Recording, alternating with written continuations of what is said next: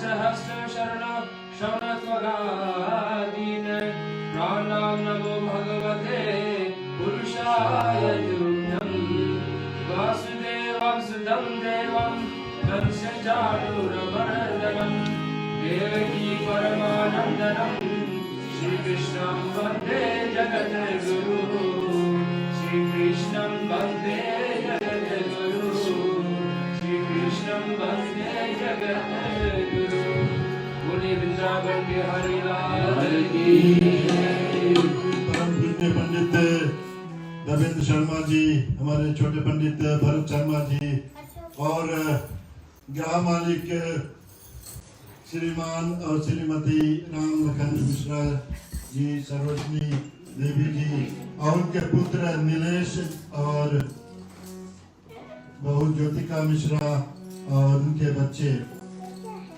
भक्त हृदय प्रभु प्रेमियों, बड़ी ही सौभाग्य का विषय है कि आज हम यहाँ पर एकत्रित हुए हैं सप्ताहपरायण कथा सुनने के लिए।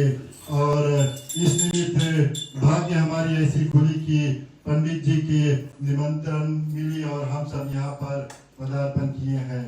धन्य है ग्राम मालिक को और उनके परिवार को कि जिनके कृपा से हमें यह अवसर प्राप्त हुई है। श्रोताओं, सप्ताहपरायण कथा जो होती है तो मान लिया जाए कि ये जैसे गंगा की धार बह रही है और इसमें नहाने की ऐसा मौका बार बार नहीं मिलता है। तो देखिए, जब कभी भी कहीं पर भी ऐसा भाग्य होती है तो हम सब मिलकर इसका आनंद ले और अपने जीवन को बहुत ही अच्छी तरह से गुजर बसर करने की शिक्षा को प्राप्त करें।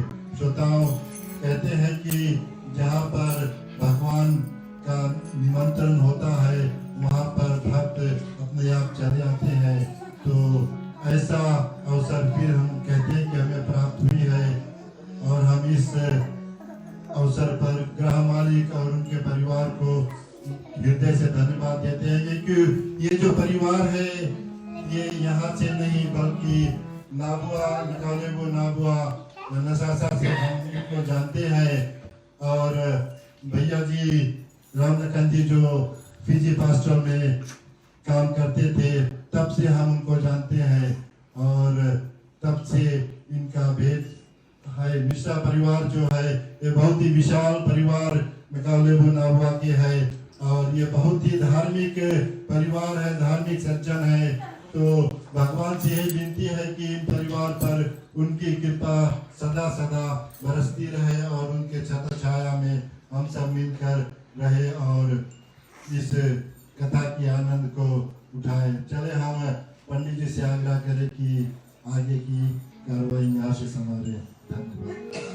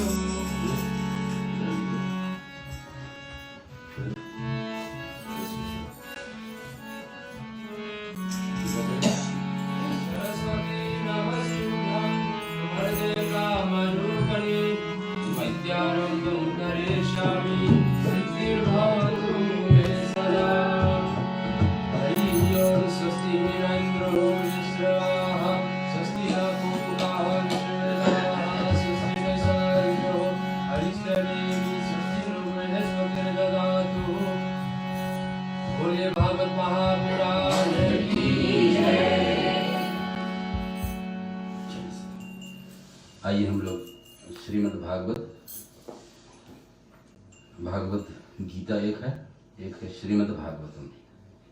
भागवत गीता कृष्ण और अर्जुन के समान है, जो किसी भी अवस्था में पढ़ा जा सकता है, सुना जा सकता है। लेकिन श्रीमद् भागवतम जो जीवन में कम से कम एक बार व्यक्ति को पूर्ण रूप से संकल्प लेकर सप्ताहपरायण यानी पूरे 7 दिन का समय लेकर इसको ग्रहण कर लेना चाहिए।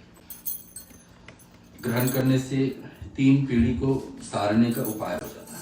पहला, जो पीढ़ी सुन रहे हैं, दूसरा जो पीढ़ी उनके आने वाले हैं, और तीसरा जो पीढ़ी चले गए।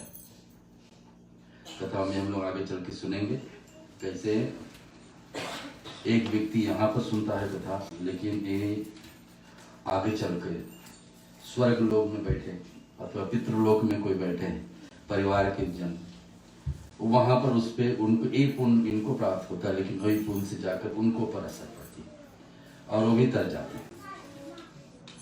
तो 18,000 श्लोक, 12 स्कंद, जिसमें से 10वां स्कंद जो मुख्य है, 365 चैप्टर्स, 3 पीढ़ी को तारने वाले श्रीमद् भागवत सप्ताहपरायण 7 दिन का आपके बीच में आज हम शुभारंभ करने जा रहे हैं। सबसे बड़ा लाभ इनको श्रवण करने से है कि मृत्यु को भय हट जाती है। व्यक्ति के जीवन में कभी यमराज अंतिम में नहीं आएंगे, भगवान के लोग जाने के सीधे रास्ता खुल जाता है। व्यक्ति के जीवन में किसी प्रकार का डर हो, भय हो, वो डर हमेशा के लिए हट जाती है। अनेक जन्मों का व्यक्ति का पुण्य जोर करता है, तब व्यक्ति के मन में विचार बैठता है कि चलो एक दिन हम भागवत सुनेंगे। कितने लोग 3 दिन के पाएंगे, 5 दिन के, लेकिन नियम से पूरा लाभ जाते हो तो 7 दिन का इसमें लेना चाहिए। राम कथा हो तो 9 दिन, देवी कथा हो 9 दिन, लेकिन भागवत सप्ताहपरायण तो 7 दिन। क्यों 7 दिन, आगे चल के हम लोग कथाओं में सुनेंगे। इस कथा को अमर कथा भी कहा जाता है। कितने लोग पहले श्रवण किए जो अमर तत्व पानी, जीते जी जीवन में सब कुछ प्राप्त हो जाए और मृत्यु के बाद में अमर तत्व यानी कि मुक्ति प्राप्त हो जाए, तो ये भागवत करा सकती है। भगवान की प्राप्ति के लिए भूख जागृत होती है इसमें कि व्यक्ति की खोजते रहेगा कि कैसे मैं और भक्ति कर लूँ, कैसे पूजन और कर लूँ।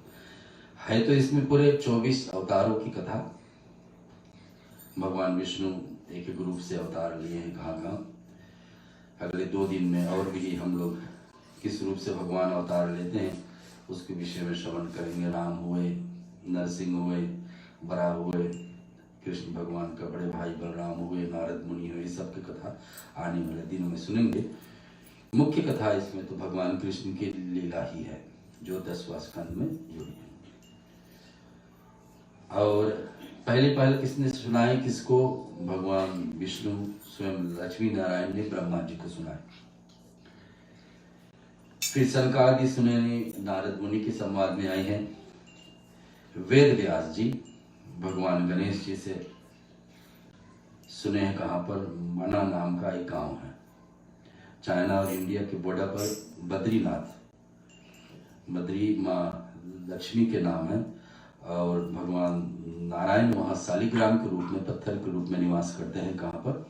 बद्रीनाथ आश्रम, जो छोटा 4 धाम में से एक धाम का जगह। तो वहाँ से मात्र 4 किलोमीटर दूर पर चाइना का बॉर्डर थी, वहाँ की इंडिया का आखिरी समय। और वहीं पर इस कथा किसी ने, भगवान गणेश जी ने वेद व्यास को बताते थे, वेद व्यास जी इसको लिखते गए। और वहीं पर सरस्वती नदी बहती थी। आपको पता है जितने नदियाँ हमारे संस्कृति में हैं, सब नदियों की कुछ न कुछ उम्र है, अवधि है, कितने दिन तक हमारे बीच में रहेंगे और फिर अंत में सूख जाते हैं। तो सरस्वती नदी वहीं से शुरुआत होती है। कहाँ पर? मना नाम के गांव जो बद्रीनाथ से थोड़ी दूर पर। तो कहा जाता है सरस्वती स्वयं रूप धारण करके भी उस कथा को वहां पर श्रवण करती थी जब भगवान गणेश जी वेद व्यास को सुनाते थे। और उस समय सुनाते वक्त सरस्वती के लगा ज्ञान का भंडार तो मेरे पास होना चाहिए। आज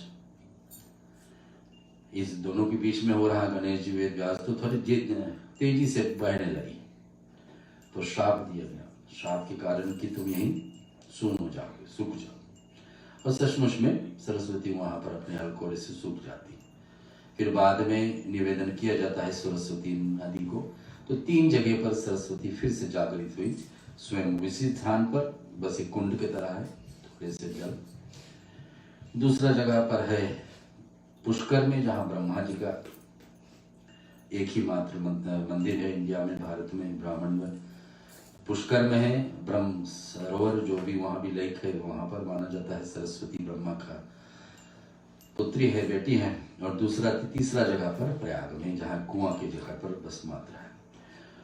तो कहने को तरह वहाँ पर वेद व्यास जी श्रवण किया इस भागवत को। फिर बाद में पता है वेद व्यास के पुत्र सुखदेव मुनि भी सुने हैं, सौनक आदि जी भी है, राजा परीक्षित सुने हैं, बीच में विदुर जो है, भगवान कृष्ण जो जिसको काका बोलते थे, उसने मैत्री जी को सुनाए हैं। और आज हम लोग को अवसर मिल रही इस कथा को श्रवण करने के लिए। कहने से पहले भगवान कृष्ण का चरित्र थोड़ा सी गुणगान कर लेते हैं, फिर आपका बीच में।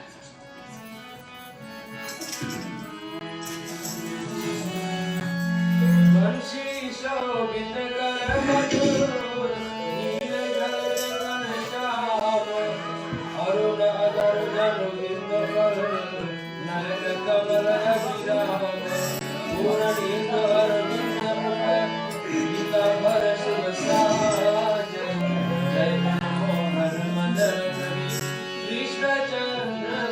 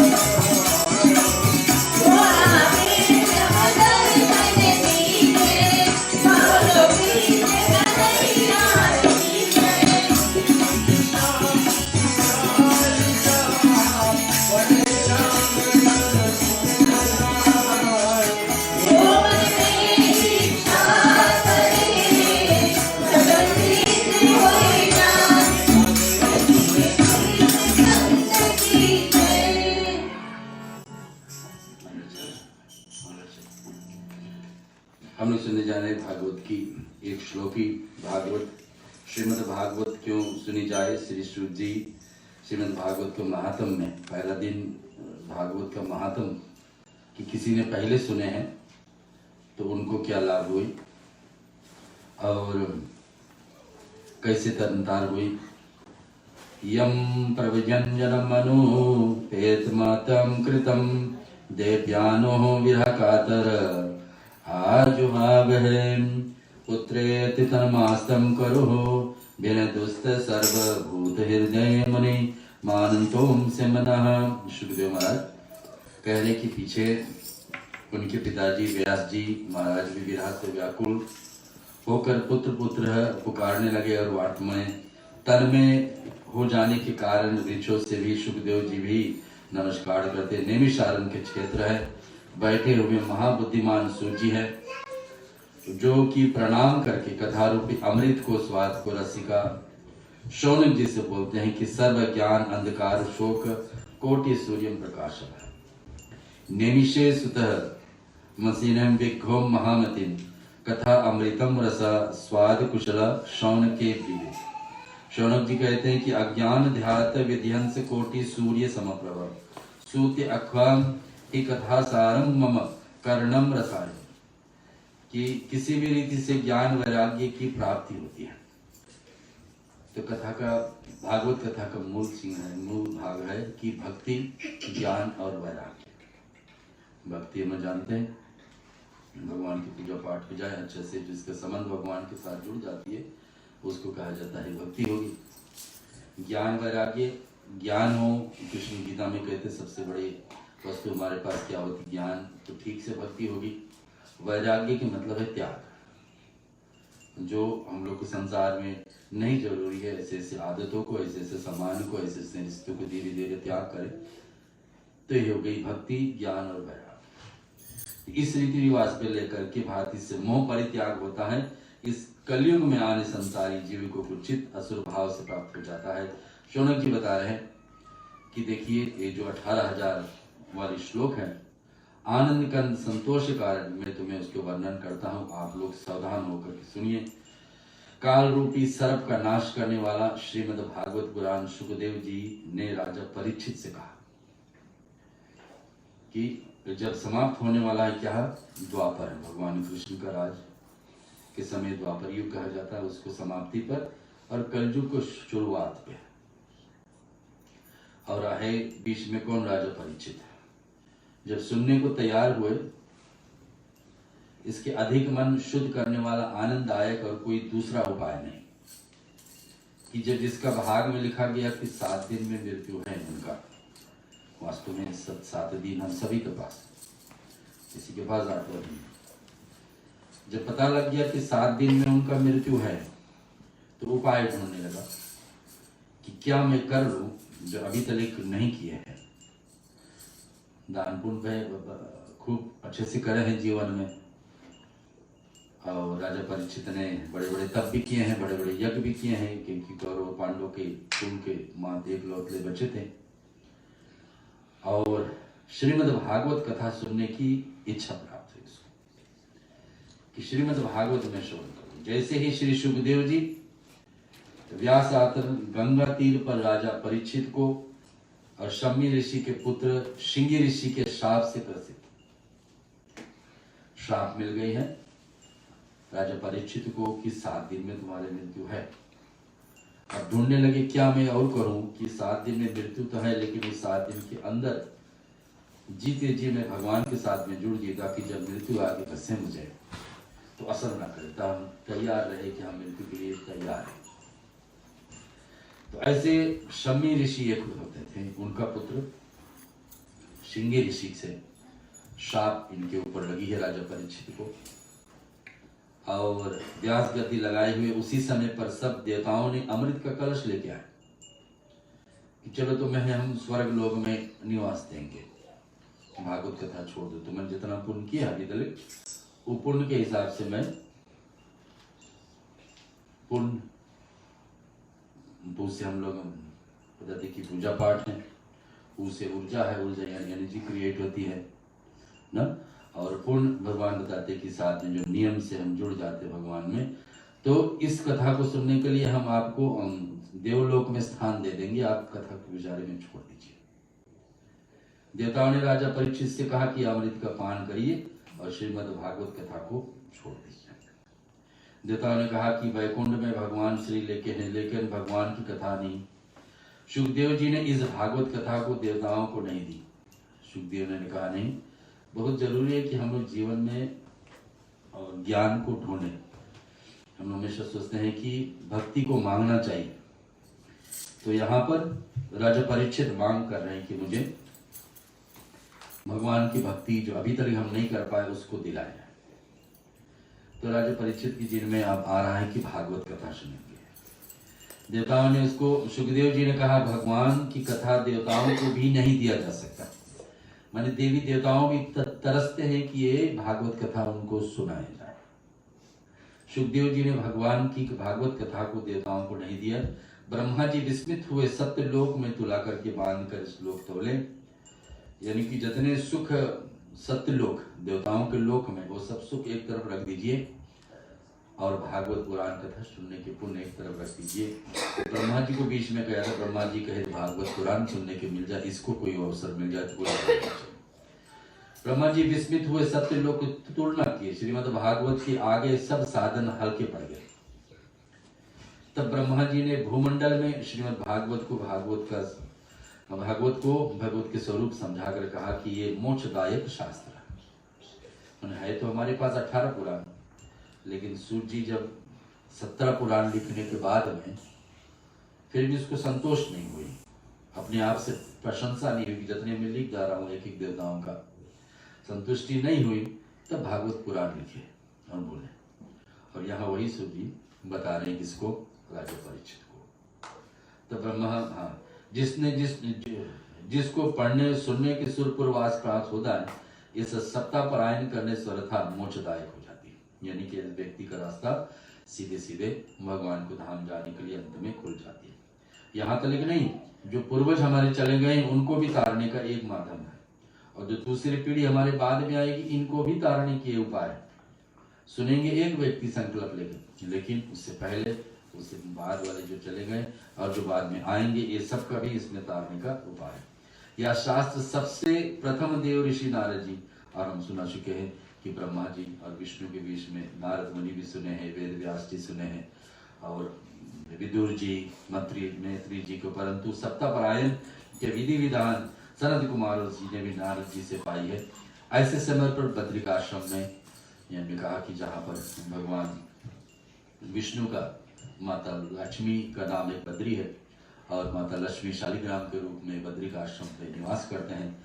सनातन, सनक, सनंदन और सनत कुमार ब्रह्मा जी के जो पुत्र हैं, उनके वहाँ पे श्रवण करें। वहाँ पर उन्होंने देव ऋषि नारद जी को चिंतित देखा और उन्हें चिंता का कारण पूछी, तो देव ऋषि नारद क्या बोलते हैं कि कहने लगे कि भूलोक में से जा रहा हूँ। नारद जी बोलते, पुष्कर, प्रयाग, काशी, गोदावरी, गया, हरि क्षेत्र, कुरुक्षेत्र, सेतु बंधा आदि तीर्थ घूमता फिरा है। नारद जी जब धरती पर आए तो अनेक धार्मिक स्थान पर गए हैं और देखे सबका दशा क्या है, क्या दशा है। हम एक भजन के माध्यम से मंगला चरण है भागवत का, इसको श्रवण कर दें। अधनम मधुर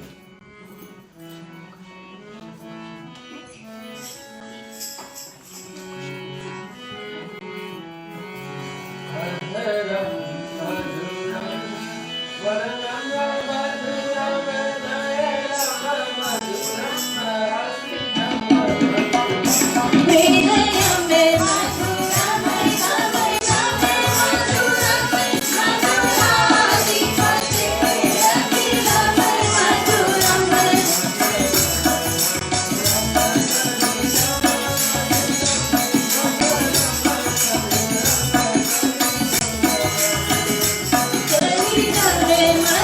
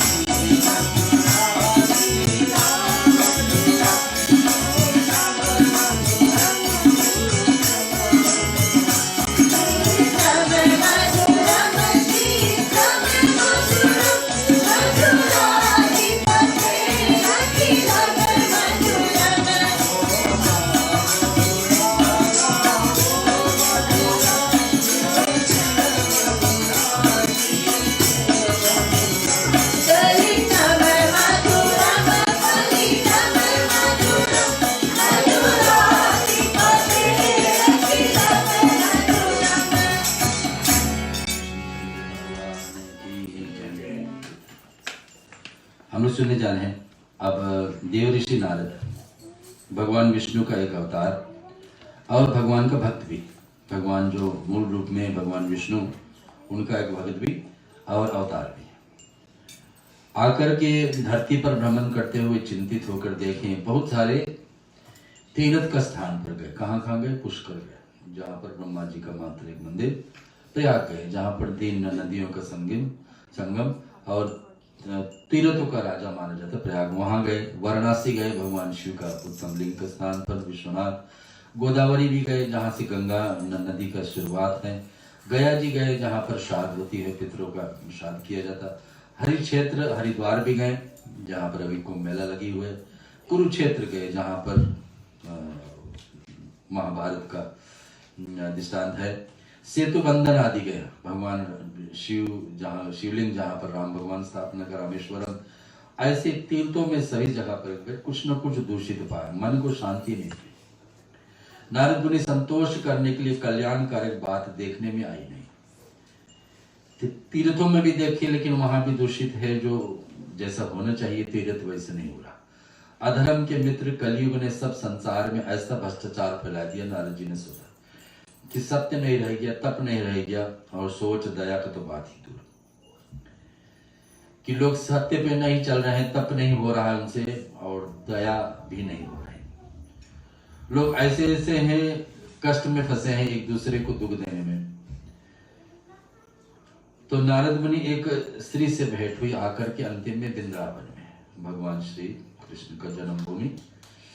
भगवान श्री कृष्ण पहले जन्मे मथुरा में, गोकुल गए, 11 साल वहां रहे, आकर के 12 साल तक फिर मथुरा में रहे, फिर द्वारका में गए।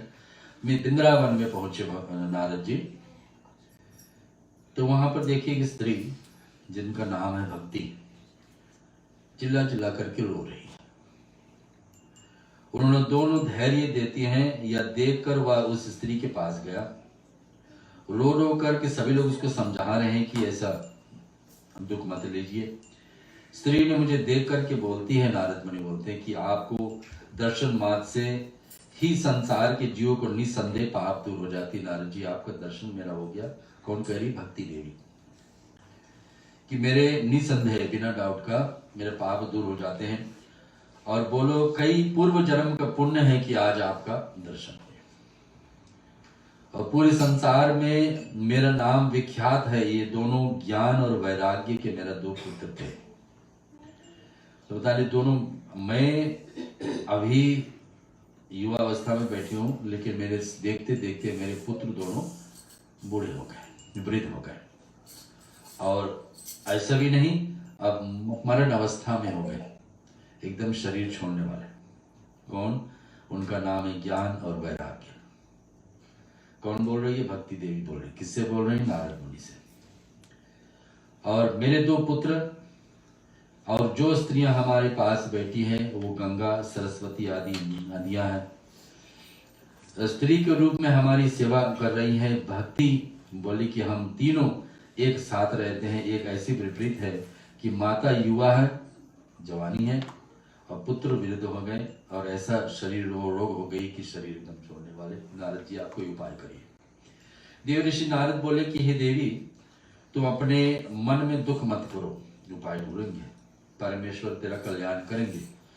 नारद मुनि कह चुके। श्री सूजी ने बताने की बोले, नारद जी के मन में विचार करके बोले कि ये देवी, ये कलयुग का वर्तमान है, ये आजकल की जमाने में वर्तमान है, ऐसा सभी जगह चल रहा है कि माँ पिताजी जीवित हैं, बच्चे बाद में आए, शरीर छोड़ने लगे।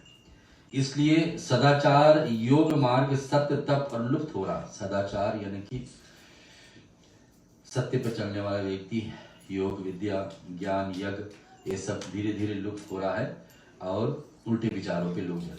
और मनुष्य का पाप करने की असुरों से जैसा स्वभाव होगा, इस कलयुग में सब सज्जन अत्यंत दुख पा रहे हैं, ऐसा नारद जी सुन रहे हैं। कपटी को चार सुखी से प्रसन्न, कलो तू केवल भक्ति कीर्तन करनी, कलो संकीर्तन भक्ति शाब्द।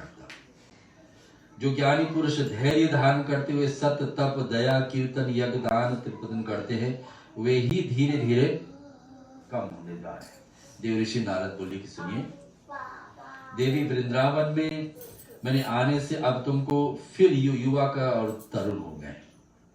नारद जी ने भक्ति से कहा कि कलयुग का बहुत ही कठिन समय चल रहा है, लेकिन मैं तुम्हें घर घर में स्थापित करा दूंगा।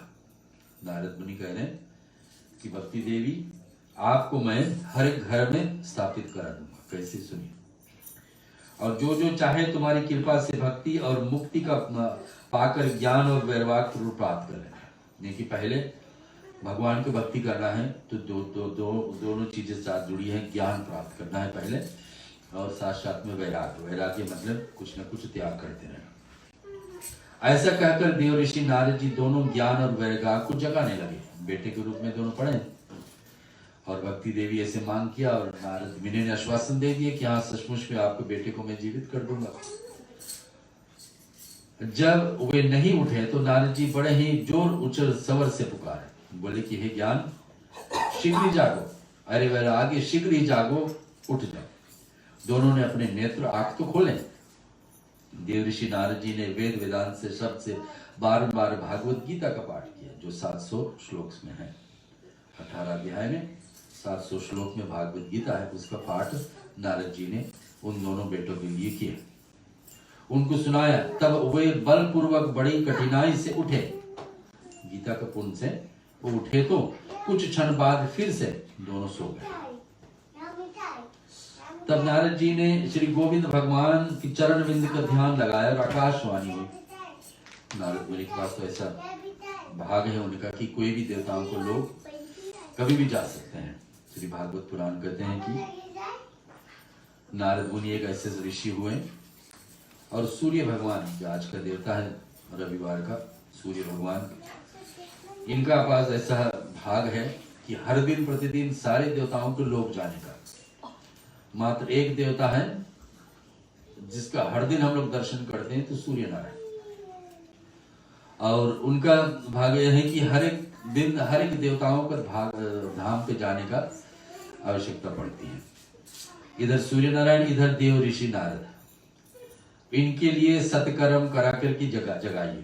तो नारद मुनि सीधे सीधे भगवान विष्णु से चिंतन करते हैं कि भगवान उपाय बताओ, मैं इन दोनों को कह चुका हूं भक्ति माँ से कि तुम्हारे बेटों को मैं जीवित करूंगा। उन्होंने नारद जी को बताया सत्कर्म वाला ज्ञान यज्ञ श्रीमद् भागवत करो। तो नारद मुनि की बात बीच में उठी कि आप सत्कर्म सारे विधि विधान को छोड़ करके श्रीमद् भागवत पुराण का पाठ कराओ, तभी इन दोनों के ऊपर असर करेगा।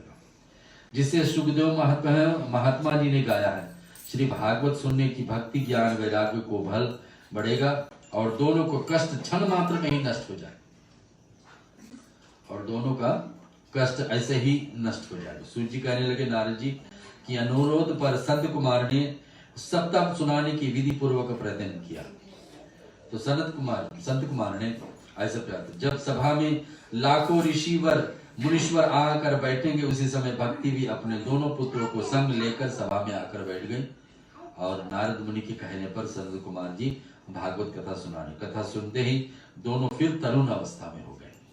बोल भागवत महापुराण की।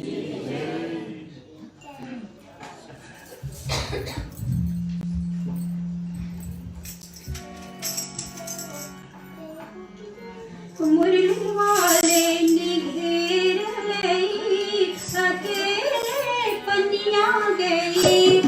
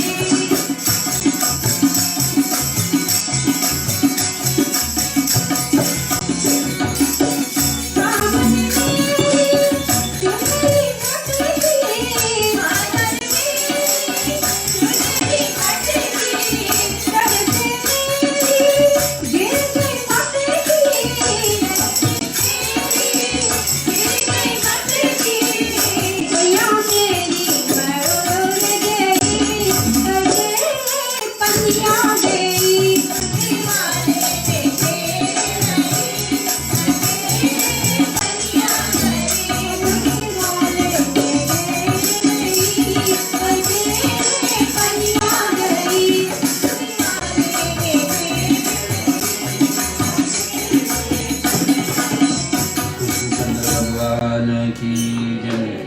पुराण पुरुषोत्तम श्रीमद् भागवत के प्रथम स्कंद में जो महात्म है उसको हम आपको सुना रहे हैं।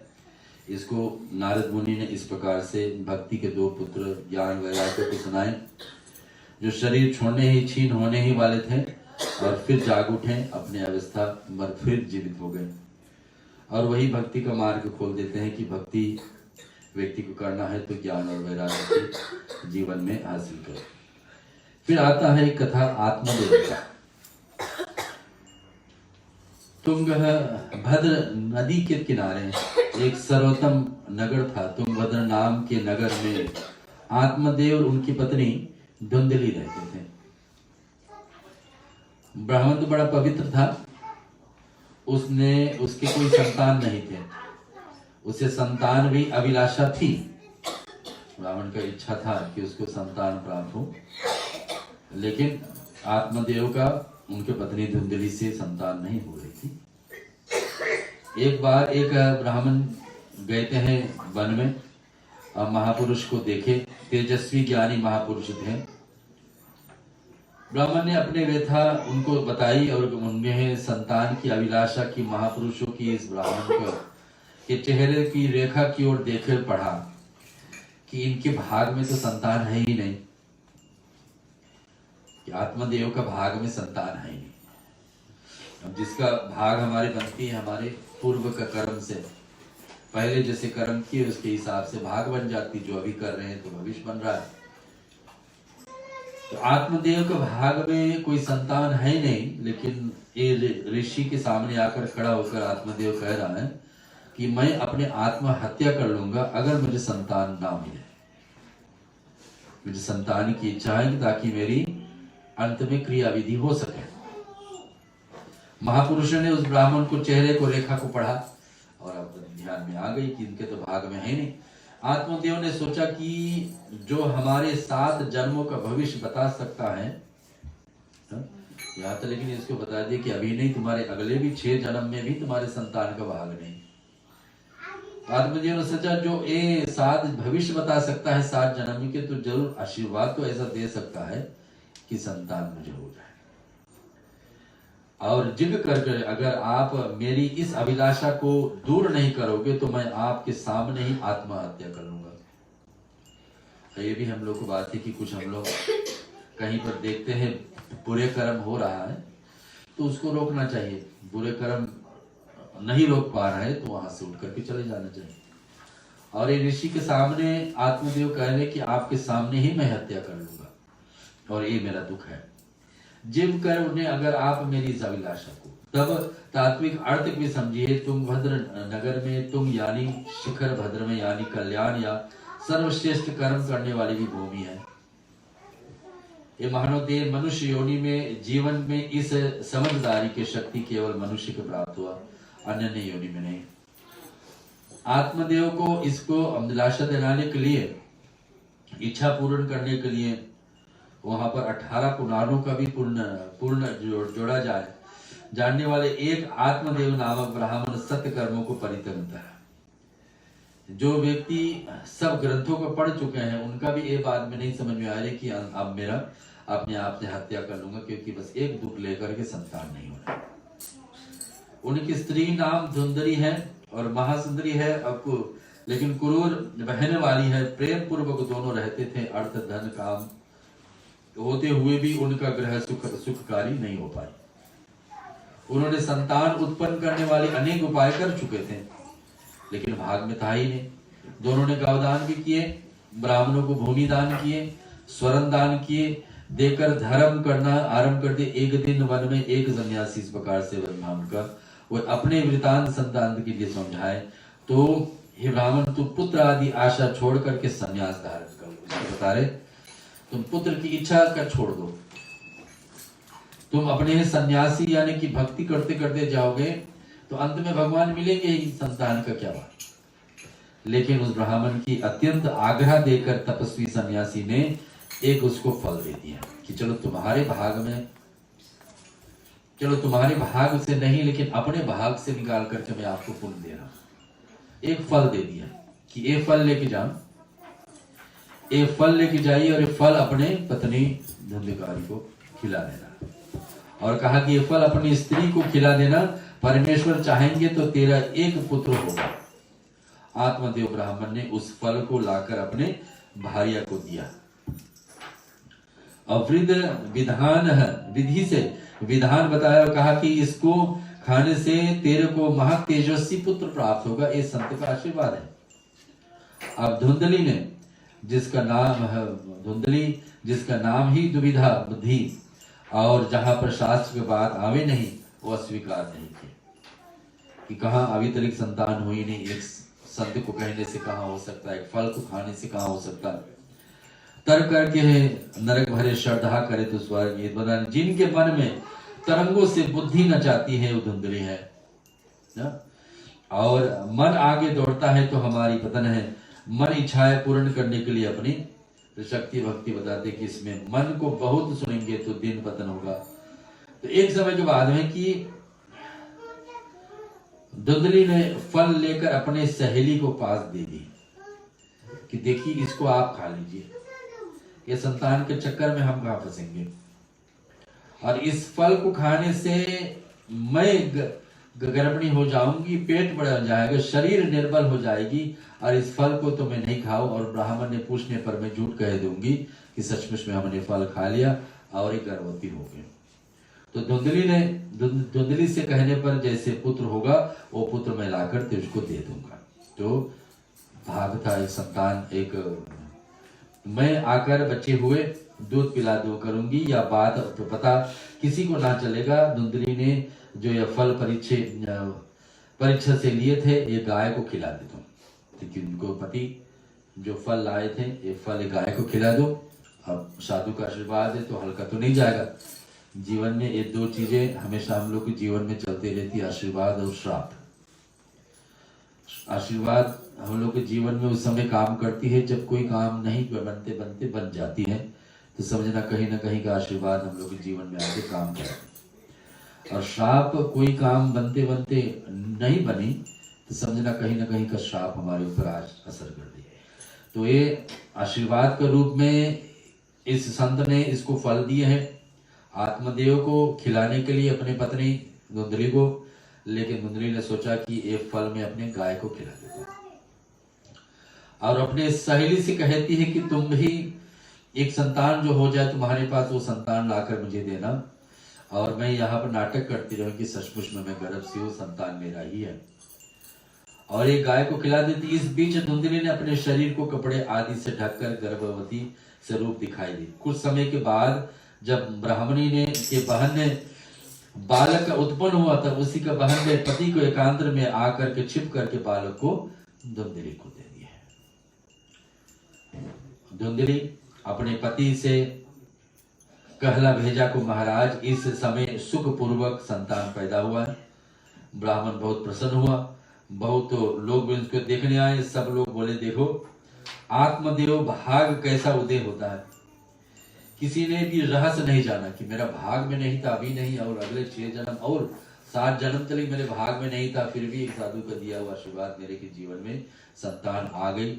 ऐसा आत्मदेव मनुष्य का स्वरूप है। ऐसा ब्राह्मण ने उस गौ के बच्चे को भी देखा, गौ ने भी उसी समय बच्चे दिए, और पुत्र का नाम अपने बेटे का जो उनके सहेली से उनका बहन से पुत्र हुआ था अपने अपने नाम देंगे, तो धुंधकारी नाम रख दिया। धुंधली उनके माँ, बेटा का नाम धुंधकारी पड़ गया। आत्मदेव अपने भाग को सराहना करने लगे। पुत्र का नाम इधर 3 महीने बाद गाय का भी एक बालक जन्म हुआ, क्योंकि फल तो अस्थि संत का दिया हुआ फल आशीर्वाद रूप में तो गाय खाई थी। उसने भी एक बालक जन्म दिया, मनुष्य का स्वरूप उसको है, क्योंकि आशीर्वाद ही ऐसा था। ब्राह्मण उसे गौ के बच्चे को देखकर आश्चर्य हुआ और स्वयं उसका नामकरण संस्कार गौकरण रख दिए, क्योंकि है तो पुरुष रूप है तो बालक रूप में, लेकिन कान उनका गौ जैसा, क्योंकि सब शरीर मनुष्य जैसा था लेकिन दोनों काने गौ के जैसा। उस बालक का नाम रखा गया गौकरण। और गौकरण का मतलब होता है कि जो कान गौ की तरह हो और जो ध्यान से सुनता हो। संस्कृत में बहुत भविष्यत मनाया जाता है उसको। जब दोनों बालक बड़े हुए तो गोकर्ण थोड़े ही अवस्था में लिख पढ़ करके बड़ा ध्वजाधारी पंडित ज्ञानी बन गया। गोकर्ण जन्मा तो गाय से, गाय को हम लोग क्या करते हैं, मौन साधु, देती है सब कुछ है लेकिन सहन करती भी सब कुछ, जितने कुछ भी हम उसको दुख तकलीफ भी देंगे सहन करेगी लेकिन फिर भी दूध देगी। तो धुंधकारी महजुआरी दुराचारी पापी चोर हुए। दूसरा बेटा जो पूरा मनुष्य है लेकिन स्वभाव से, क्योंकि जैसे हम लोग प्रहलाद का प्रश्न आगे चल के सुनेंगे ना, बच्चे के आने से पहले गर्भ में माँ क्या करती, बच्चा गर्भ में है और माँ के जीवन कैसे चल रहा है, वो सब संस्कार बच्चा जन्म लेने के ऊपर असर पड़ती है। और गाय है, गाय के अंदर भी बच्चे जन्मे तो गाय ना उल्टे सुनेगी ना हमेशा देने देने की ही आदत है। और गांव में तो हम लोग कहते 33 करोड़ देवी देवताओं का निवास होता है, उनका संतान हुआ तो कितनी महान हो सकता है। इधर धुंधली के जो बहन ने क्या क्या कर करके बच्चे को पैदा किए, तो ऐसा समझिए। जब धुंधकारी के दुराचार से आत्मदेव ब्राह्मण अत्यंत कृपण और धनहीन हो गए तो रो रो कर कहने लगे। अत्यंत कृपण यानी कि बहुत गरीब हो गए। धुंधकारी का दुराचार आत्मदेव यानी ब्राह्मण ने जो मांग किए थे कि हमारे संतान हो जाए, अब ऐसा धनहीन हो गए, जो कुछ था सब समाप्त होने वाला, और रो रो कर कहने लगा इससे तो अच्छा था कि एक कुपुत्र से अच्छा, न एक है पुत्र, एक सुपुत्र, एक कुपुत्र। पुत्र जो ताड़ दे, किसी परिवार बैठ करके अपने लोग यहाँ पर एक झंडा एक बांस गाड़े हैं कि 7 गांठ वाला गाना बांस है, एक एक दिन एक एक गांठ का पूजन होगी तो एक एक कुल का जो लोग चले गए सभी को तारने के उपाय इस भागवत से कर रहे हैं लोग। और ऐसे भागवत का नियम भी है कि 7 गांठी वाले बांस को गाड़ा जाए, अपने पितरों को भी साथ में इसमें जोड़ करके। तो कहा जाता है कि कोई व्यक्ति शरीर अचानक में छोड़ दे ना, अकाल मृत्यु हो, दुर्घटना से मृत्यु हो, तो उसका सदगति नहीं प्राप्त हो रहा हो, पूरे चाहे विधि विधान कर दो, 13 दिन कर दो, क्षमासी सलीना कर दो, लेकिन फिर भी उदाहरण नहीं हो रहा, तो भागवत एक साधन है। तो यहाँ बता रहे कि ऐसा कुपुत्र से तो अच्छा तो पुत्र ही नाम था, हम संतान नहीं थे, हम तो अच्छे थे। उस सन्यासी महात्मा ने मुझे बहुत समझाया था लेकिन मैंने इस बात को माना नहीं और ने कहा कि मुझे पुत्र चाहिए चाहिए, मेरे भाग में नहीं तो अपने भाग से निकाल के दो। उसी समय ज्ञानी गोकर्ण आकर पिताजी के ज्ञान वैराग्य दिखाकर समझाने लगा। गोकर्ण भी पूरे अपने ही मनुष्य जैसा। गोकर्ण ने आत्मदेव को उपदेश किया कि पिताजी अब घबराओ, आप समझते हैं कि आप कहाँ हैं, लेकिन वह आपको अपनी समझाता है। तुम्हारे दुखों का कारण है ममता, और इससे छोड़ो ममता विंचता। ममता यानी कि अटैचमेंट। तुम्हारे दुख कारण है कि तुम सोचते मेरे बेटे गलत कर रहा, तो उसी कारण से तुम इसमें ग्रसित हुए। वास्तव में ये तो यह है कि तुम्हारा पुत्र है ही नहीं, आप दूसरे व्यक्ति का गलत व्यवहार पर अपने आप ही दुख दे रहे हैं। ये कहाँ का समझदारी है। इनका दूसरा बेटा गोकर्ण समझा रहा आत्मदेव को, इसका प्रभाव तुम्हारे स्वास्थ्य पर पड़ेगा। गोकर्ण से समझा रहे, आप शारीरिक और मानसिक रूप से संभल रहे हैं। गोकर्ण बोले कि पिताजी यह संसार दुख रूपी सागर है, यहाँ कौन सुखी है। हम लोग सभी अपने अपने प्रारब्ध यानी कि भाग को, पहले जन्मों के कर्मों को लेकर आए। परमेश्वर भजन करने वाला भक्तों को आनंद प्राप्त हो तो मोह माया को छोड़ो। गोकर्ण समझा रहा अपने पिताजी को, यह नरक देने वाला है, मोह माया पाप कराता है। यह देह को एक दिन तो शांत हो जाए, एक न एक दिन शरीर जो 5 चीजें से बनी वो हीन हो जाएगी, शरीर को अग्नि को सौंपा जाएगा, बचेगी आत्मा ही। इसलिए मोह त्याग कर वन में जाकर के भगवान नारायण का भजन करो। बेटा आज समझा रहा अपने पिता को। गोकर्ण ने मनोहर वचन सुन करके आत्मदेव ने पुत्र से कहा कि हे पुत्र, हम क्या क्या करना चाहते हैं विस्तार से कहो, मुझे क्या क्या करना चाहिए। परिवार में और संसार के बंधन में पड़ करके मैं अंधा, लंगड़ा, लूला, मूर्ख हो रहा हूँ। गोकर्ण बोले कि नित्य भागवत धर्मों को सेवन करो, आप काम पाप कर्मों को परित्याग करो, आशा तृष्णा छोड़ करके साधु संत का सेवा में लग जा, यही तुम्हारी कल्याण है। बेटा समझा रहा आज आत्मदेव को, दोष गुणों को चिंतन परित्याग कर दो, भगवान की सेवा में लग जाओ। आत्मदेव ब्राह्मण को 60 वर्ष की आयु में पुत्र का उपदेश सुनकर स्त्री पुत्र ग्रह महामोह त्याग कर सिद्ध चिंत करके संन्यास। 60 ईयर्स पर आत्मदेव अपने एक बेटे की बात सुन करके अपने घर मकान, पुत्र दूसरा दुर्धिकारी, ग्रह यानी कि मकान, मोह माया त्याग करके वन में चले गए, संन्यास लेकर के भक्ति करने लगे। आत्मदेव नित्य प्रतिदिन कृष्ण चरण आनंद करंद चरण के वंदना करते हुए 10 सबकंद पाठ करने लगे, श्री कृष्ण को प्राप्त हो गए। और इधर पिताजी के मर जाने के बाद धुंधकारी ने अपना आसुरी रूप दिखाने लगे। जब इनको पता लगा कि पिताजी तो अब है ही नहीं, आसुरी रूप यानी कि अभी तक जो कम कर रहा हो तो अब ज्यादा शुरू किया। कौन? धुंधकारी ने। यमह जितने धन थे वैश्य में लगाने लगे। इस प्रकार से धुंधली ने उसको बचाने को भयभीत होकर धुंधली ने दुख सहन करते कब तक सहे, आत्महत्या कर भी गई। और माता जी के मर जाने पर गोकर्ण धुंधकारी के निकट रहना ठीक नहीं समझा, गोकर्ण भी तीर्थ में निकल गए। अब बच गए धुंधकारी अकेले। धुंधकारी अपने हैं बुरे कर्मों के कारण वैश्यों को एक दिन ला करके अपने घर मकान में रखने के जितने भी धन थे, वैश्यों ने सारे विचार किया कि एक दिन तो ये दूसरे जगह तो जाकर चोरी करके धन लाता है, कभी राजा घर पर कहीं कहा, और हम लोग के जीवन चलाता स्वयं अपना भी।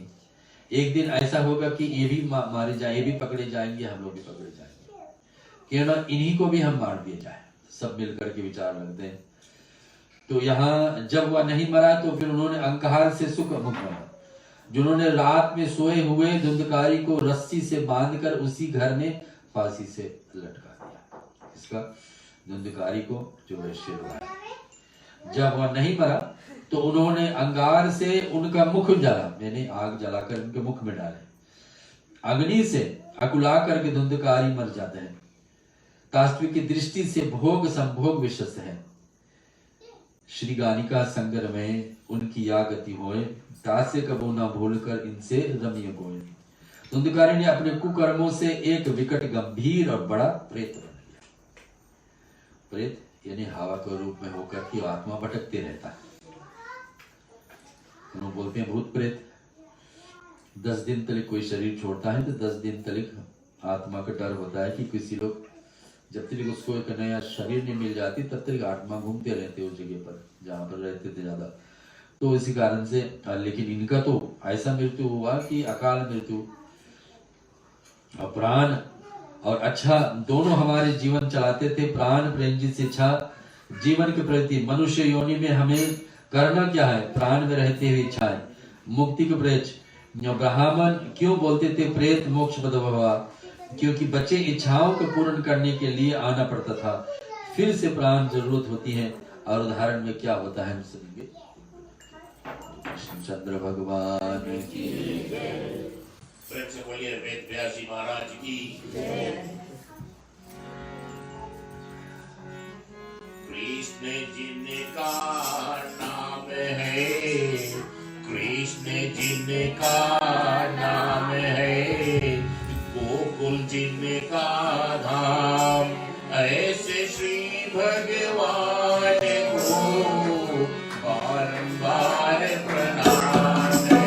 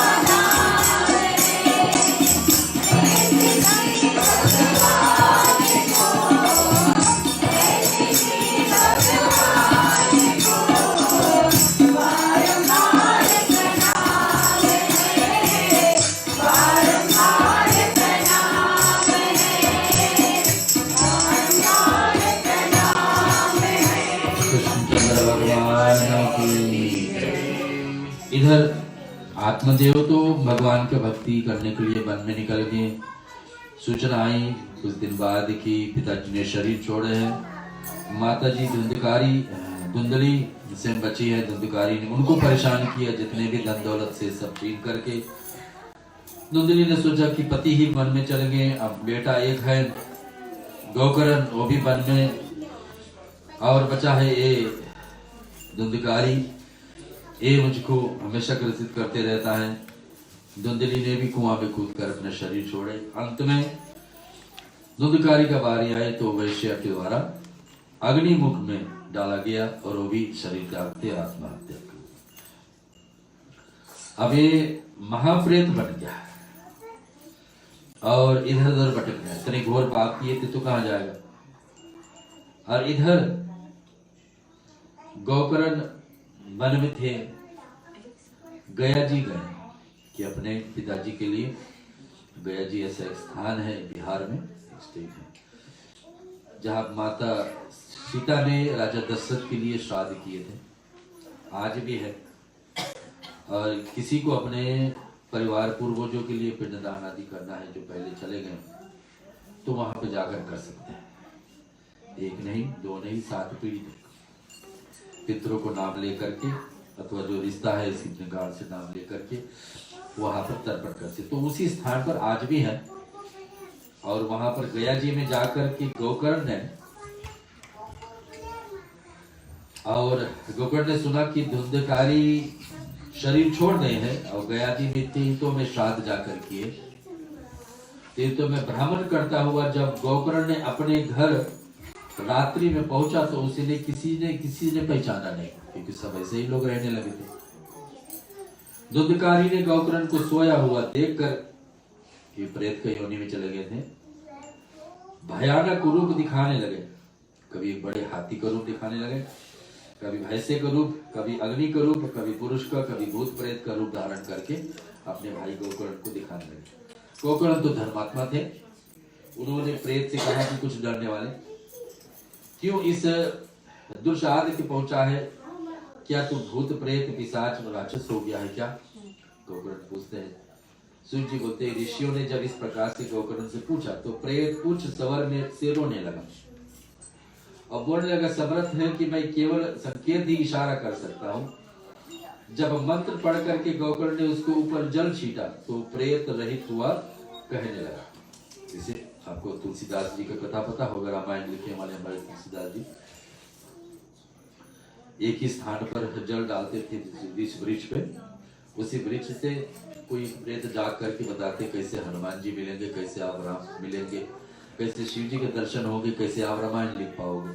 ठीक ऐसे ही गोकर्ण ने अपने पुण्य लेकर के हाथ में जल लेकर के उसके ऊपर छीटे प्रेत पर, तो प्रेत रहित हुआ और कहने लगा कि हे गोकर्ण, मैं धुंधकारी तेरा भाई, दोष से ही मैंने अपने ब्राह्मण तत्व को नाश कर दिया है। मैंने अज्ञानपन से पाप दुष्कर्म किए हैं, दुष्कर्म किए थे। हे कृपा सिंधु बंधु, मुझे इस घोर महासंकट से शीघ्र से छुड़ा कि मैं प्रेत योनि में हूँ और मुझे ब्राह्मण कुल में जन्म मिला था, लेकिन मैंने ऐसे ही खो दिए दुराचारी उल्टे कर्म करते करते। गोकर्ण बोले कि मैंने तो गया जी में तेरे पिंड दान कर दिया हूँ, वहां से तो कल्याण होना चाहिए, क्या इससे भी तुम्हारी मुक्ति नहीं हुई?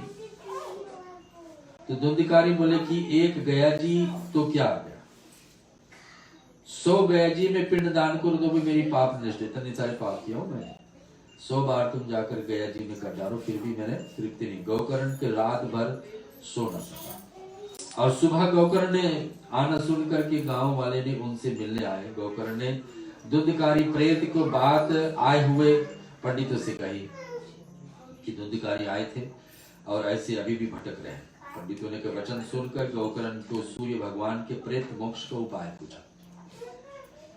पंडितों ने सूर्य भगवान का प्रार्थना की। सूर्य भगवान प्रत्यक्ष देवता है, हर दिन प्रतिदिन हम लोग देखते हैं इसमें। सूर्य नारायण के अर्थ देने वाले व्यक्ति को कभी रोग नहीं सताती है, ऐसे भागवत कह रही है। हर दिन प्रतिदिन सूर्य भगवान को अगर जो हम जल डालें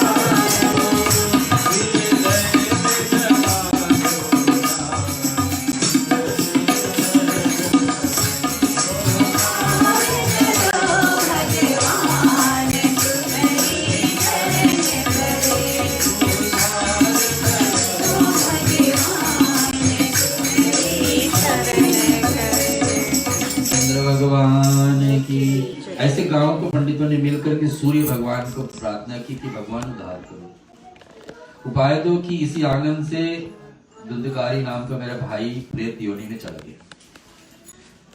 तो प्रसन्न होकर सूर्य नारायण गौकर्ण के वचन सुनकर बोलते, श्रीमद् भागवत सप्ताह का यज्ञ करो, 7 दिन का सप्ताह भागवत पुराण श्रवण करो, या प्रेत की मुक्ति का तुरंत हो जाएगा। कोई प्रेत योनि में है, परिवार में कोई भी गया हो और अकाल अचानक मृत्यु हुआ है, एक्सीडेंट से हुआ है, जहर पीने से हुआ है, समुद्र पानी में डूबने से हुआ है, आग में जलने से हुआ है, कुछ विष पी करके हुए हैं, जैसे भी जो अपने आप से कोई नहीं शरीर छोड़े हैं, कुछ कारण से छोड़े हैं, तो उनको भी इससे मुक्ति हो जाएगा भागवत सप्ताह पारायण श्रवण को।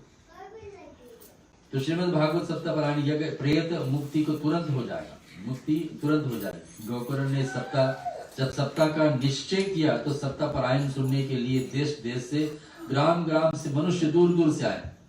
इन परिवार की भी इच्छा थी कि दूर दूर से लोग आकर इकट्ठा हों, लेकिन ऐसा अवस्था चल रही है कि दूर दूर से लोग नहीं पहुंच पा रहे।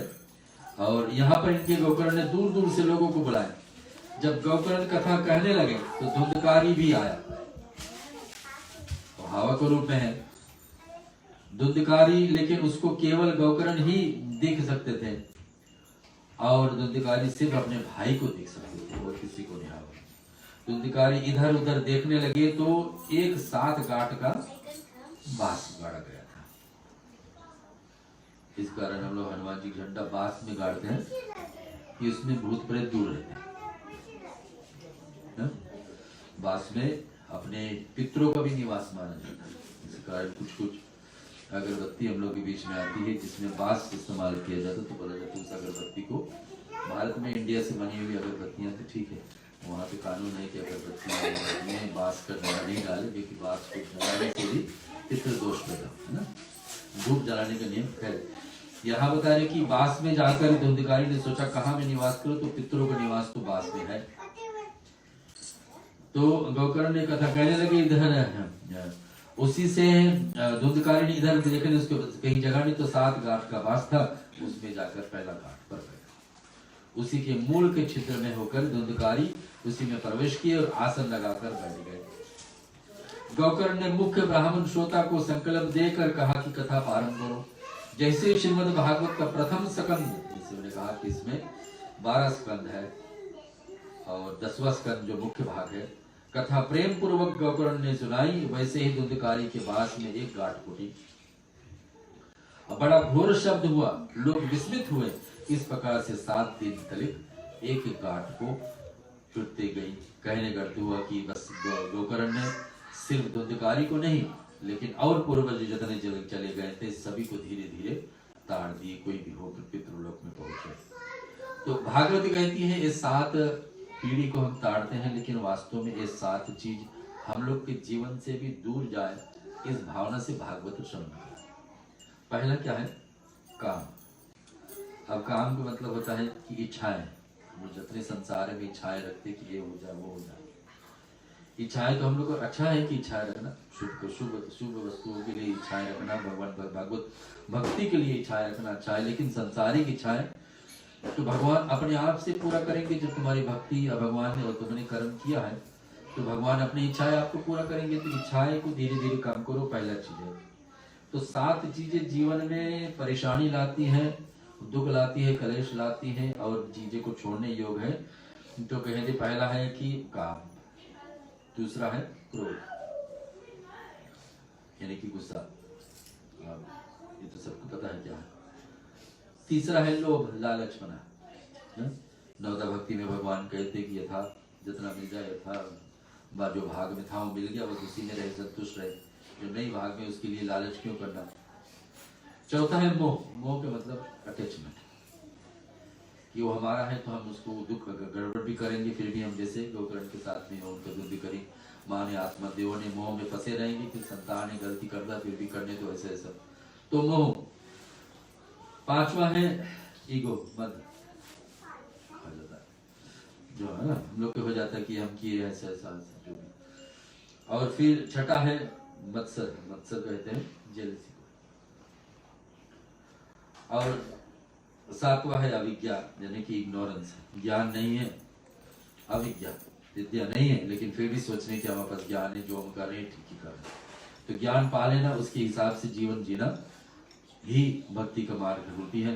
तो ये 7 चीजें जीवन में उतारती हैं। 7 दिन का भागवत सप्ताह पारायण है, और ये 7 घाट का जो बास गढ़ती है, 7 पीढ़ी को भी तारते हैं। हमने कहा कि स्वयं अपने नहीं, नीलेश भैया भाई साहब कविता जी को लेकर, परिवार को लेकर, बच्चों को लेकर के, ये 3 पीढ़ी जो साथ साथ में सुनी रहे, तो इनको सुनने से भी लाभ है, भागवत का पूजा आराधना करने से। क्योंकि भागवत में सुनने की बहुत सारे देवताओं को बुलाया जाता है कि अलग अलग जगह पर आकर उनको निवास ताकि पूरा, और पुराणों को उतना नियम नहीं है स्थापना करने में जितना भागवत पुराण का सुनने का उतने नियम। आज देखेंगे आप साथ साथ कलश रखा हुआ एक देवताओं को अलग अलग स्थान पर। तो वासनाएं ग्रंथि से 12 सकन सुनने से धुंधकारी ने प्रेत योनि से भी त्याग कर दिव्य रूप धारण कर लिया। 12वां स्कंद पहुंचते पहुंचते प्रेत योनि से छोड़ करके दिव्य स्वरूप यानी देवताओं स्वरूप पा लिया। और पितृ वस्त्र पहने, मुकुट धारण किए भाई गौकर्ण ने निकट जाकर नमस्कार करने लगा कि भाई तुमने बड़ी कृपा करके प्रेत योनि से मुझे छुड़ा दिया। श्रीमद् भागवत कथा धन्य है। सूत जी कहते हैं कि नारद जी जब सप्ताह कथा समाप्त हुई तो जितने श्रोता थे उनको क्षण मात्र से श्री कृष्ण के दर्शन हुए कि गौकर्ण की किया हुआ ये भागवत कथा, लेकिन धुंधकारी को लाभ मिलने वाला, क्योंकि ऑब्जेक्टिव उनका लक्ष्य यही था कि इनको उद्धार हो जाए। और वहां पर सब लोग भी जितने भक्त जन आए सभी को भगवान का दर्शन हुआ। गौकर्ण ने सभा मंडप में भगवान को प्रकट हुए और गौकर्ण ने से कहा तुम्हारे कथा कीर्तन से प्रसन्न हूं, तुम वरदान मांग लो। गौकर्ण जीवन में टूट टूट करके भक्ति की है। और उस समय सनत कुमार कहने लगे जो मनुष्य श्री कृष्ण की कथा भजन भागवत सप्ताह पारायण करेंगे भगवान उसके हृदय में भक्ति जागृत हो जाए, ये वरदान चाहे। गोकर्ण से जब पूछा गया, भगवान कृष्ण स्वयं पूछते हैं कि आपको क्या चाहिए, लौट करके इतने बड़ी काम आपकी अपने भाई के लिए, कुल के लिए। तो बताते कि जो भी व्यक्ति भगवान की कथा भागवत कथा श्रवण करे और उनके जीवन में आप भक्ति जागृत कर दो ताकि वो हमेशा आप में लीन रहे। संत कुमार ने बोला कि वैकुंठ में जो आनंद मिलता है वही आनंद श्रीमद् भागवत में मिलता है। मैंने वैकुंठ को ही गया, भगवान विष्णु का मुक्ति धाम रामकृष्ण का, वहां भी यही कथा का आनंद जो अभी। पर शर्त यह है कि प्रेम पूर्वक विधि विधान से इस कथा को सुना जाए। कथा सुनते समय इस जगत को मोह माया से विस्मित करना चाहिए। श्रीमद् भागवत ऐसा ग्रंथ नहीं है कि जो मृत्यु के पश्चात ही मुक्ति दिलाई। जीते जी व्यक्ति को मुक्ति, जीते जी व्यक्ति सोचेगा कि हमें अपने आप से संतुष्ट हो गया हूँ, जितनी चीज हमारे पास है मैं उसमें खुशी हूँ, उसमें प्रसन्न हूँ, और मुझे बस भगवान का अंत में भगवान के पास हम जा रहे अपने आप से विश्वास आ जाए, ये समझना कि जीते जी हमारी मुक्ति हो गई। मरने के बाद तो होना ही होना। श्री कृष्ण गौकर्ण को हृदय से लगाया। गौकर्ण बोला कि गांव वाले भी कथा को सुने हैं। गौकर्ण मांग के यही बहाने और लोगों का भी लाभ हो जाए। और गौकर्ण ने गांव वालों की भी कथा सुने हैं, सब लोग को ले जाओ।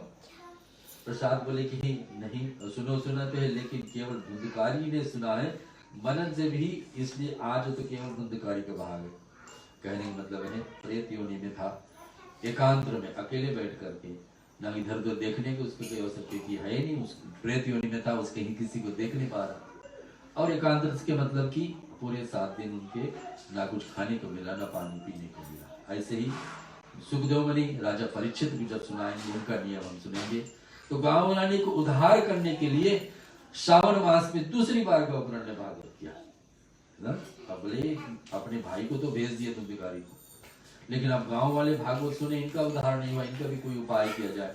तो श्रावण महीना आई ना, जब भगवान शिव का आते हैं अगस्त महीने में, तो उसमें गौकर्ण ने दूसरी श्रीमद् भागवत पुराण सुनाई। क्योंकि पहली बार भक्तों ने कथा को श्रवण तो किंतु परंतु मनन नहीं किया था। एक है श्रवण सुन लेना, दूसरा है मनन समझ लेना, और हाँ आज से तीसरा है उसको जीवन में उतारना।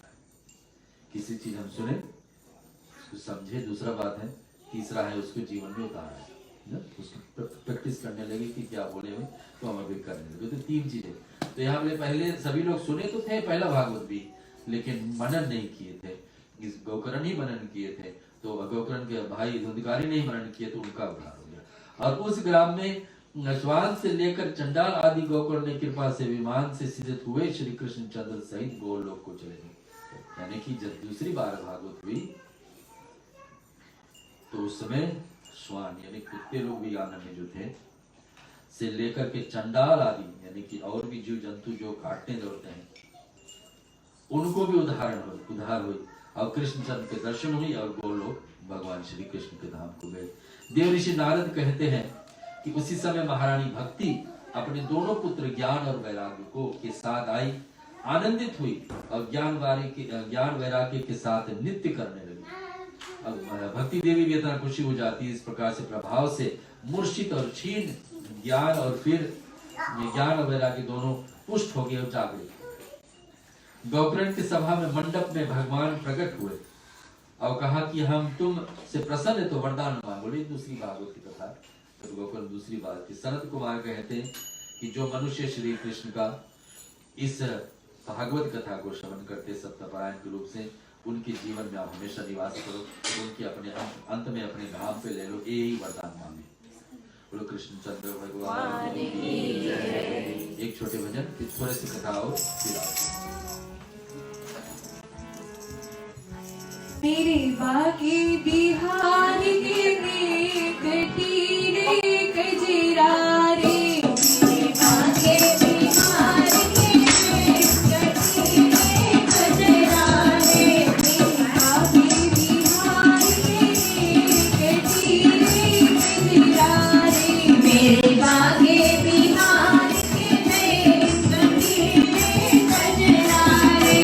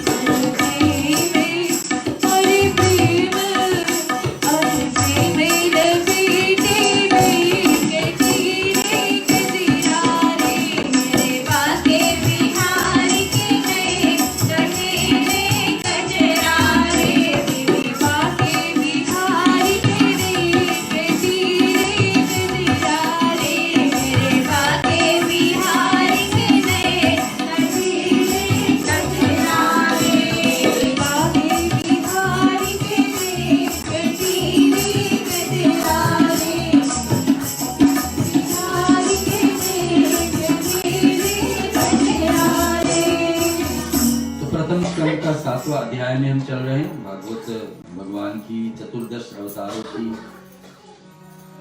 वर्णन।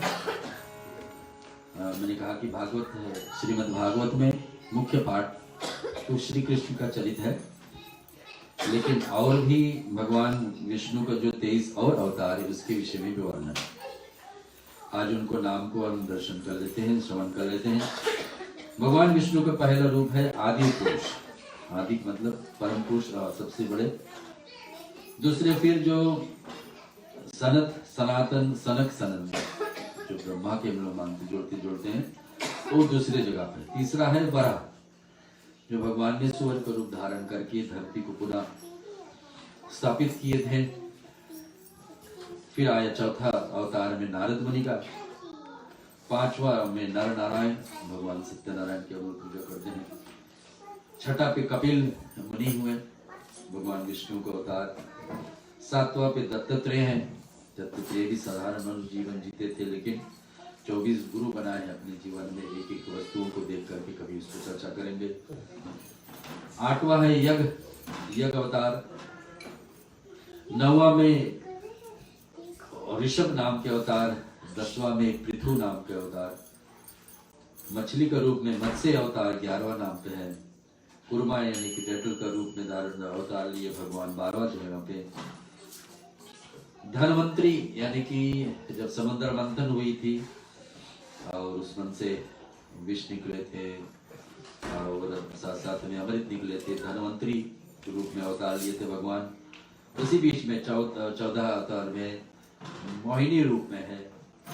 फिर भगवान आए 15वां जगह पर नरसिंह रूप में, हिरण्यकशिपु को वध करने के लिए, प्रहलाद अपने को स्थापित करने के लिए।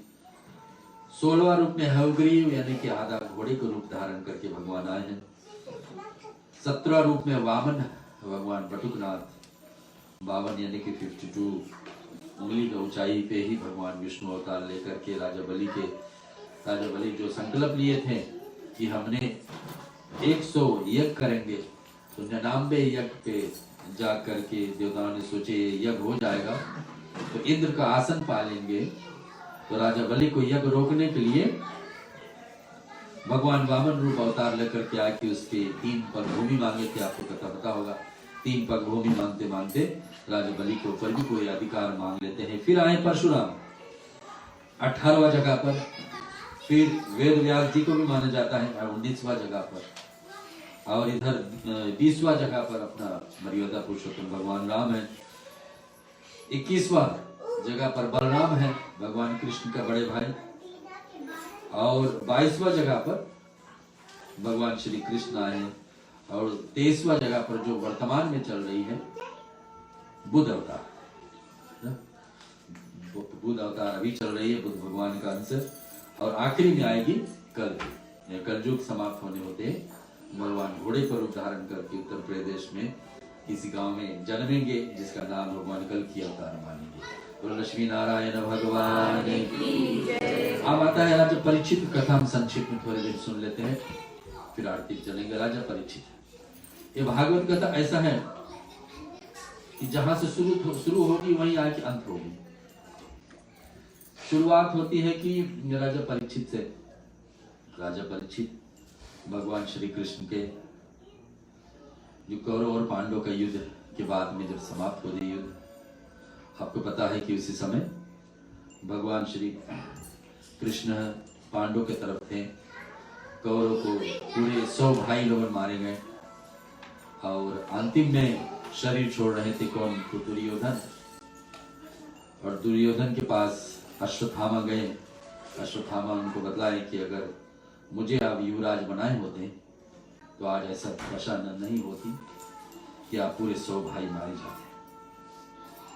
दुर्योधन करे इसके बाद जोड़ छोड़िए, उनका शरीर पूरे वर्ज लोहा जैसे हो गई थी, क्योंकि उनके माँ गंधारी ने उनको दर्शन, जो कभी आँख खोलती नहीं थी, दुर्योधन के कहे कि एक बार मेरे सामने शरीर नगर रूप में आओ, मैं आपको पूरी दृष्टि देखूंगी, आपका शरीर वरज यानी कि लोहे जैसा हो जाएंगे। लेकिन दुर्योधन कुछ अपने भाग को ढक करके आए, उस जगह पर ही उनकी मृत्यु कारण बनी। अंत में भीम ने उसी स्थान पर उसको मार करके मृत्यु, लेकिन मृत्यु की शैया पर पड़े पड़े दुर्योधन ने अश्वत्थामा से मांग की है कि चलो मेरे पास, मेरे पछतावा इस बात का नहीं है कि हमारे 100 भाई मारे गए, हमें पछतावा इस बात के नहीं है कि महाभारत की युद्ध ऐसे समाप्त हुई, मेरे पछतावा इस बात के हैं कि 5 पांडवों में हम किसी को नहीं मार पाए। 5 भाई आज तक सुरक्षित बैठे। तो बस अभी तुम मुझे युवराज बनाओ, अपने खून से ही उसको टिका के युवराज घोषित किए। अश्वत्थामा गए। भगवान कृष्ण को सबको पता था कि आज क्या होने वाला। भगवान 5 पांडव को अपने साथ ले गए दूसरे स्थान पर, और 5 पांडव की जगह पर सोचे कि हमारे पिता आज नहीं है, उनके खाट पर उनके बेटे लेट गए। अश्वत्थामा ने एक ही बाण में 5 पांडव को बेटे को मार दिए। जिस पर दूसरे दिन जब द्रौपदी माँ देखती है कि हमारे 5 बेटे मारे गए हैं, तो अश्वत्थामा के ऊपर ये बात आ गई कि अश्वत्थामा को ढूंढा जाके पता लगा कि अश्वत्थामा तो अमर है, मारा नहीं जाता। लेकिन अर्जुन ने संकल्प ले लिया कि हम आज सांझ होते होते उसको नहीं मारेंगे तो प्रयाण थे। भगवान कृष्ण बताए कि ऐसा संकल्प आपको नहीं लेना चाहिए था बिना सोचे समझे। और अर्जुन का स्वयं बेटे मारे गए, 5 पांडवों के बेटे। अब कुल दुर्योधन ने यही कहा कि आपने बड़ा गलती कर दी कि 5 पांडवों को नहीं मार पाते तो कोई बात नहीं, लेकिन उनको बेटे को मार दिए तो हमारे अब कुल में कोई जल देने वाला नहीं है। कुल में कोई संतान नहीं तो फिर कुल वहीं रुक जाती है। तो बता दे कि कोई संतान नहीं है तो कोई बात नहीं, लेकिन अब 5 बेटे ही मर गए तो फिर आगे कुल कैसे चले। तो कृष्ण ने उनको सहायता प्रदान की। देखो अश्वत्थामा का सर में जो मणि है जो दिया गया है उसके द्वारा ही वो अमर है। वो मणि के अगर छीने, इधर अश्वत्थामा ने ब्रह्म अस्त्र चढ़ा कि सारे 5 पांडवों को मारा जाए, और इधर 5 पांडवों के एक पोता जन्म ले रहा है उत्तरा के गर्भ, पतो उनका उत्तरा के गर्भ में जन्म ले रहा है। वही एकमात्र कुल में बचेगा अगर वो जीवित हो गया, अगर तो जन्म ले लिया तो। इधर अश्वत्थामा ने अपने ब्रह्मास्त्र चलाए। उत्तरा ने भगवान कृष्ण को भाई बहन का नाता बना करके उनसे प्रार्थना की कि भगवान आप ही हमें बचा सकते हैं, आप ही हमें बचा सकते हैं, आप बचाइए मुझे घबराहट लग रहा है कि मेरा ये गर्भ नहीं बचेगा। भगवान कृष्ण से कौन बच सकता है? भगवान सुदर्शन चक्र से उनको जाकर उत्तरा के गर्भ को रक्षा करता है। फिर 5 पांडवों की हमें जो जन्म लेता है उनका नाम पता है पर इच्छित, यानी कि किसी और का इच्छा से जन्म लिया तो परीक्षित नाम पड़ा उनको राजा बने। 5 पांडव जब स्वर्ग लोक की तरफ चलेंगे अपने हस्तिनापुर का राज सब छोड़ करके और वनगमन चलेंगे कि अब हम लौटेंगे नहीं, तो राजा परीक्षित को ही राजा बना। परीक्षित अपने युवा को ही राजा बना करके सौंप करके गए। राजा परीक्षित का विवाह इरावती से साथ हुई। उनके एक पुत्र हुए जन्मजय, और जन्मजय से देवी भागवत आती है हमारे बीच में। राजा परीक्षित क्या मांग की है कि श्रीमद् भागवत सुने के लिए, तो हमारे बीच में आज है। और राजा परीक्षित का बेटा जो आएगा जन्मजय, ओम क्या मांग करेंगे? देवी भागवत। तो 2 है, श्रीमद् भागवतम जो अभी हम सुना रहे सप्ताहपारायण, और देवी भागवत नवरात्रि के समय में सुनने को मिलता है। जन्मजय राजा परीक्षित 3 बार अश्वमेघ बड़े यज्ञ होता है। हजारों कुंड को रखो, हफ्ते भर चले, एक बड़े से बड़े कितनी होती। 3 बार कर चुके थे राजा परीक्षित, इतने बड़े पुण्य किए पहले। कलयुग की प्रेरणा के परीक्षित ने शमी ऋषि के आश्रम में गए, एक बार पढ़ने भटक गए। कौन? राजा परीक्षित। तो शमिक ऋषि के आश्रम में पहुंच गए। वहां पर राजा होते हुए मांग किए कि मुझे कोई जल दे, नहीं मिली। आवाज उठाए तो शमिक ऋषि वहां चुप कर रहे थे, अपने ध्यान से नहीं हटे। लेकिन उसको ध्यान तोड़ने के लिए राजा परीक्षित एक मरे हुए सांप उसको गले में डाल, और सांप डाल दिए। और इधर इस शमिक ऋषि के पुत्र शिंगी ऋषि हुए। उसको जब पता लगा, लौट करके आए कि हमारे पिताजी के गले में सांप, मरे हुए सांप कौन डाले हैं, तो पता लगा कि गांव का इलाके के जो राजा है परीक्षित वही डाले हैं। तो उनको श्राप दीजिए कि तुझे 7 दिन में मृत्यु। मैंने पहले कहा 7 दिन हम सभी के पास है, सप्ताहपारायण में सुनते। तो श्राप दे दिया कि परीक्षित तुझे 7वें दिन में तक्षक सर्प आके डसेगा, जिससे उसकी मृत्यु हो जाएगी। अभिमन्यु और उत्तरा के पुत्र परीक्षित है, कृष्ण का अर्जुन का बेटा अभिमन्यु, जो भी महाभारत के युद्ध में मारा गए थे। और कृष्ण वंश में पैदा होते राजा परीक्षित श्री सुखदेव जी से महाराजा के श्रीमद् भागवत पुराण सुना, और तक्षक मोक्ष दिलाई हुए वैकुंठ पधारते हैं। जन्मजय भी सर्प यज्ञ किए, आपको पता है। तो राजा परीक्षित की जब इच्छा पता लगी कि 7 दिन में ऐसा है, तो जाकर के तीर्थ में बैठ करके सब कुछ छोड़ करके जन्मजय अपने बेटा को सब कुछ सौंप करके 7 दिन के लिए यज्ञ के लिए बैठ गए। जैसे इस परिवार तैयार हुए हैं श्रीमद् भागवत सप्ताह पारायण करने के लिए, स्वयं अपने कल्याण, हम सबके लिए अपने पितरों को कल्याण के लिए बोलो लक्ष्मी नारायण भगवान की जय। छोटा भजन हो जाए तब तक आरती की तैयारी करते हैं। कल शाम भी मुझे 7 हर रात ऐसे ही 7 से 9 के बीच में हमारे बीच में सत्संग रखेंगे। 9 बजे के लिए पूरा आरती सहित संपूर्ण करने को जा रहे हैं। शनिवार को क्योंकि पूर्णा होती है और हवन का नियम होता है कि दिन में हो, तो दोपहर दिन में ही शनिवार को समाप्त हो जाएगी। थोड़ी देरी कथा रामाचरित से कुछ और फिर इसके बाद में पूर्णाहुति लेंगे। और लेकिन अभी तक 5 रात्रि और हमारे बीच में ऐसे रात्रि बीच में चलो छोटे भजन। अच्युतं केशवं कृष्ण दामोदरं रामनारायणं वासुदेवं हरे। अच्युतं केशवं कृष्ण दामोदरं रामनारायणं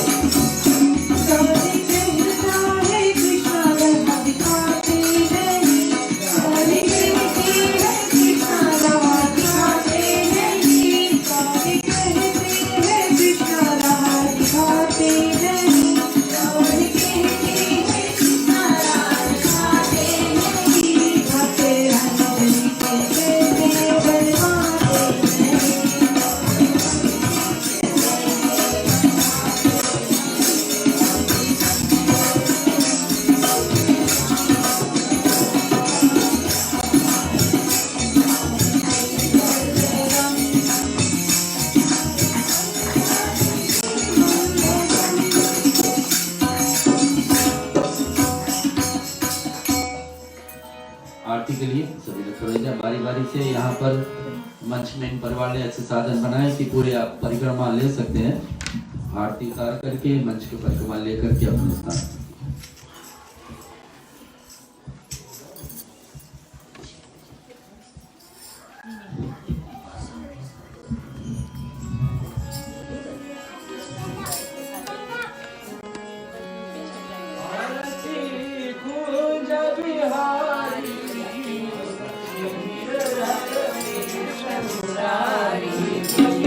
आरती कुंज बिहारी की